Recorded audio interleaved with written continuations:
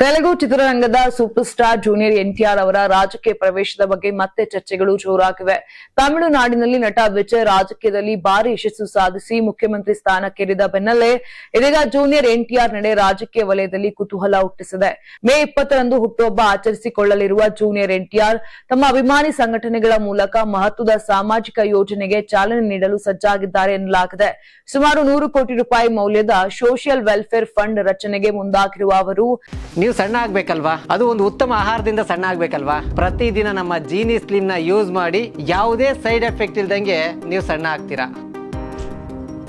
ಈ ನಿಧಿಯ ಮೂಲಕ ಆಂಧ್ರಪ್ರದೇಶ ಮತ್ತು ತೆಲಂಗಾಣ ರಾಜ್ಯಗಳಲ್ಲಿ ವಿವಿಧ ಸಾಮಾಜಿಕ ಸೇವಾ ಕಾರ್ಯಗಳನ್ನು ಕೈಗೊಳ್ಳಲಿದ್ದಾರೆ ಎಂಬ ಮಾಹಿತಿ ಹೊರಬಿದ್ದಿದೆ.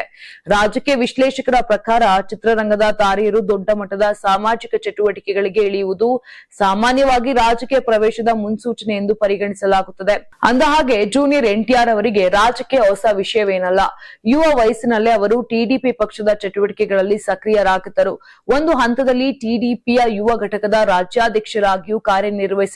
ಅವರು ಪಕ್ಷದ ಪ್ರಮುಖ ಪ್ರಚಾರಕರಾಗಿಯೂ ಗುರುತಿಸಿಕೊಂಡಿದ್ದರು.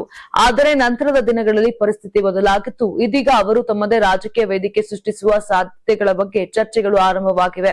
ತಮಿಳುನಾಡಿನಲ್ಲಿ ವಿಜಯ್ ತಮ್ಮ ಅಭಿಮಾನಿ ಸಂಘಟನೆ ವಿಜಯ್ ಮಕ್ಕಲ್ ಇಯಕ್ಕಂ ಮೂಲಕ ಹಲವು ವರ್ಷಗಳ ಕಾಲ ಸಾಮಾಜಿಕ ಕಾರ್ಯಗಳನ್ನು ನಡೆಸಿ ನಂತರ ಟಿವಿಕೆ ಪಕ್ಷ ಸ್ಥಾಪಿಸಿ ರಾಜಕೀಯ ಯಶಸ್ಸು ಗಳಿಸಿದ್ದರು. ಈಗ ಜೂನಿಯರ್ ಎನ್ಟಿಆರ್ ಕೂಡ ಅಭಿಮಾನಿ ಬಳಗದ ಮೂಲಕ ಸಾಮಾಜಿಕ ನೆಲೆಯನ್ನ ಬಲಪಡಿಸುವ ಪ್ರಯತ್ನ ನಡೆಸುತ್ತಿರುವುದು ಇದೇ ಮಾದರಿಯ ರಾಜಕೀಯ ಹೆಜ್ಜೆಯೇ ಎಂಬ ಪ್ರಶ್ನೆ ಮೂಡಿಸಿದೆ.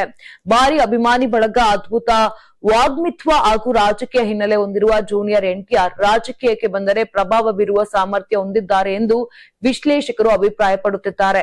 ಅವರ ಕುಟುಂಬವೇ ದೀರ್ಘ ರಾಜಕೀಯ ಇತಿಹಾಸ ಹೊಂದಿದ್ದು ಹಲವು ಪ್ರಮುಖ ರಾಜಕಾರಣಿಗಳೊಂದಿಗೆ ಆತ್ಮೀಯ ಸಂಬಂಧಗಳಿವೆ. ಜೊತೆಗೆ ಎಲ್ಲ ಪಕ್ಷಗಳಿಂದಲೂ ಗೌರವ ಪಡೆಯುವ ವ್ಯಕ್ತಿತ್ವ ಹೊಂದಿರುವ ಕಾರಣ ಅವರು ರಾಜಕೀಯ ಪ್ರವೇಶಿಸಿದ್ರೆ ತೆಲುಗು ರಾಜ್ಯಗಳ ರಾಜಕೀಯ ಸಮೀಕರಣದಲ್ಲಿ ದೊಡ್ಡ ಬದಲಾವಣೆ ಸಂಭವಿಸುವ ಸಾಧ್ಯತೆ ಇದೆ.